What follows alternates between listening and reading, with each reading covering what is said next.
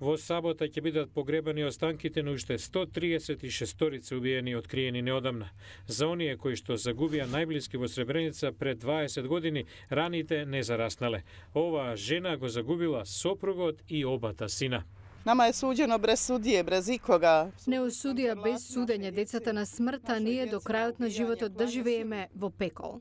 Силите под команда на српскиот генерал Ратко Младич упаднаа во енклавата под заштита на холандските мировници во рамки на Обединетите нации и убија илјадници.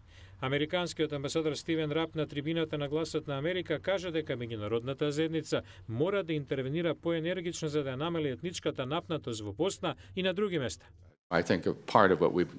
Поголема интеграција за регионот во Европа, но и внатрешно, да се уважи заедничкиот интерес на луѓето во Босна за просперитет на иднина и заеднички живот без оглед на етничката или верска припадност.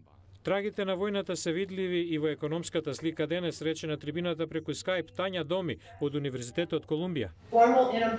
Невработеноста е 40%, а кај младите 60% според Светската банка. Едноставно тоа е неодржливо и младите заминуваат. Ова е втор бран на заминување од Босна. Заминува иднината.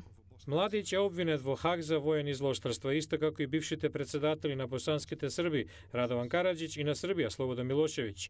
Милошевиќ почина зад решетки, а процесот против другите двајца се уште во тек. Тројца други, меѓу нив двајца босански срби на виши позиции, се обвинети за геноцид. Амбасадорот Реп вели правдата за стореното во Сребреница можеби е спора, но достижна, како и дека светот излекол голема поука.